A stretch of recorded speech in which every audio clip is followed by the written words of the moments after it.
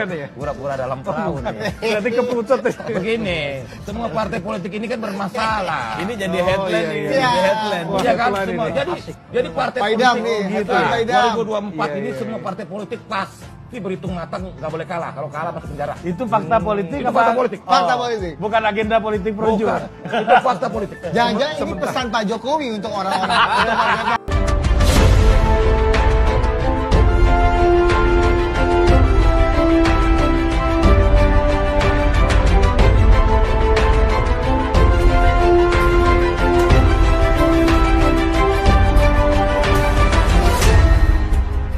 Tonton video ini sampai selesai agar Anda tidak gagal paham.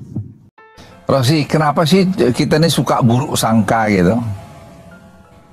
Presiden itu saya kenal, tidak ada sama sekali intention dia untuk melakukan itu. Beliau itu tidak pernah mau mencampuri masalah hukum. Atau mencegal orang tadi seperti dibilang si Agus tadi, mau supaya dicegal apa partainya, tidak ada itu sama sekali. Mengapa itu Presiden bisa itu terjadi? saya bukan muji-muji presiden, tidak. Tapi presiden itu bukan seperti yang dibilang Agus Yudhoyono tadi. Tidak betul sama sekali itu. Saya jamin kalau itu. Saya kan perwira. Kalau itu saya jamin nggak ada. Jadi nggak usah bikin bicara-bicara kampungan itu menurut saya. Kalau itu adalah senior saya menghormati beliau punya pandangan seperti itu. Yang jelas saya sendiri juga terus masuk juga masyarakat yang ingin perubahan, dan kita tahu juga ada upaya-upaya memang tidak ingin koalisi perubahan ini terjadi. Jadi kita hanya menyampaikan, kita tahu bahwa politiknya seperti ini, tapi kita hanya menyampaikan agar itu tidak terjadi. Ini bagian dari proses pendewasaan politik dan demokrasi di Indonesia. Saya kemarin berbicara juga terkait dengan sejumlah indikator yang menunjukkan demokrasi Indonesia itu mengalami kemunduran, mengalami regresi. Hanya observasi subjektif yang dilakukan dalam keseharian kita, termasuk dalam pertemuan dan dialog dengan masyarakat di berbagai daerah. Memang kondisinya demikian, dan ini dipotret oleh berbagai lembaga yang juga kredibel. Nah, disinilah Demokrat ingin mengingatkan kepada kita semua, termasuk mengajak segenap elemen masyarakat agar sama-sama kita jaga demokrasi kita. Kalau politik, apalagi pemilu itu diatur, bukan diatur tapi baku atur, yang boleh maju hanya si A, lawan si B, kemudian yang tidak diinginkan oleh penguasa. Kita ingin terlalu jauh berspekulasi di sana, tetapi kami mengingatkan karena memang indikasinya ada dan kita semua tahu itu.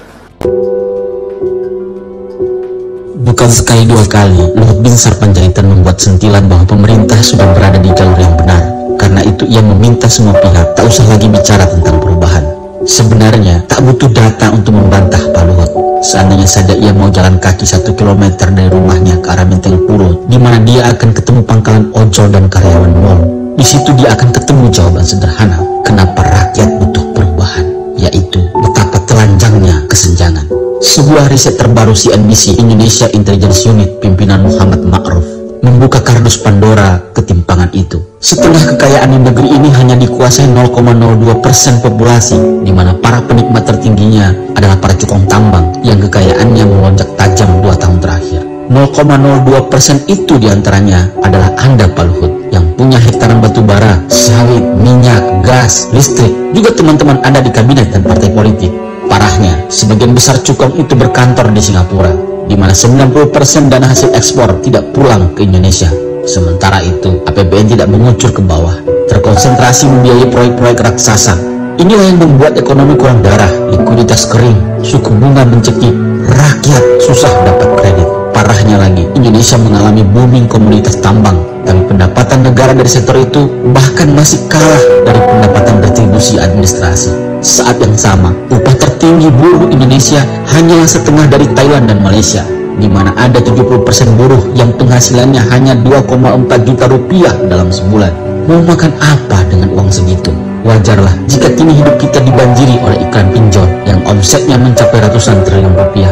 Itu karena ada jutaan orang yang mengalami darurat untuk makan hari ini. Sebab itu ia butuh pinjaman 100-200 ribu rupiah. Wajar pula jika kini marak orang menjual ginjal ke luar negeri, termasuk merajalelanya begal dan kriminal. Sebab ketika orang sudah putus asa, nyawa tak ada lagi harganya. Ini adalah suara kader Partai Demokrat. Mungkin Anda benar Pak Luhut, Anda tak butuh perubahan karena jabatan Anda terlalu banyak, bisnis Anda terlalu enak, dan hidup Anda terlalu lemah. Pak Jokowi itu sudah jadi pekerja partai sejak jadi wali kota di Solo, bukan ketika jadi presiden. Dan Anies berhasil tidak jadi pekerja partai selama 5 tahun jadi gubernur. Poin bagus ini. Ini penting menurut saya untuk digarisbawahi supaya diskusi kita seimbang. Membandingkan itu kan harus begitu. Sekarang oligarki. Tidak ada negara demokrasi di dunia yang tidak punya oligarki. Ya, betul. Problemnya adalah kepemimpinan yang berhasil dalam demokrasi adalah yang mengendalikan oligarki, bukan yang dikendalikan oligarki. Jadi harapan kita ke depan adalah ada presiden kita di masa yang akan datang ini yang bukan jadi alatnya oligarki, tapi dia mengendalikan oligarki. Menkominfo keceplosan. Politisi Indonesia itu menurut saya sederhana aja. Kalau kita nggak bisa berkuasa, kita ikut yang berkuasa. Itu aja ya. Itu aja. Ah, ini mumpung Bang Ray ngomong kali ini. Saya bilang 2024 ini saya yakin semua kekuatan termasuk partai politik sangat berhitung dan berhati-hati. Mengapa? Karena kalau kalah meleset bos masuk penjara. Hah? Apa? Kalau kalah masuk penjara ini. Kenapa begitu? Kenapa, Bang? Loh, masalahnya banyak semuanya kan, semua politik. Oh. Jadi cari suaka bersama-sama. Penegakan hukum itu ditentukan oleh kemenangan politik. Bukan, maksud saya kita kan tahu lah, kita nggak usah bukan ya? pura-pura dalam perahu nih. Berarti kepucut ya. Begini, semua partai politik ini kan bermasalah. Ini jadi headline. iya. Headline. Iya kan Headline semua. ini. Jadi partai Pak Idam politik nih, kita Pak Idam. 2024 ini semua partai politik pasti berhitung matang, nggak boleh kalah. Kalau kalah masuk penjara. Itu fakta politik Itu apa? fakta politik. Fakta politik. Bukan agenda politik menuju. Bukan. Itu fakta politik. Jangan-jangan ini pesan Pak Jokowi untuk orang-orang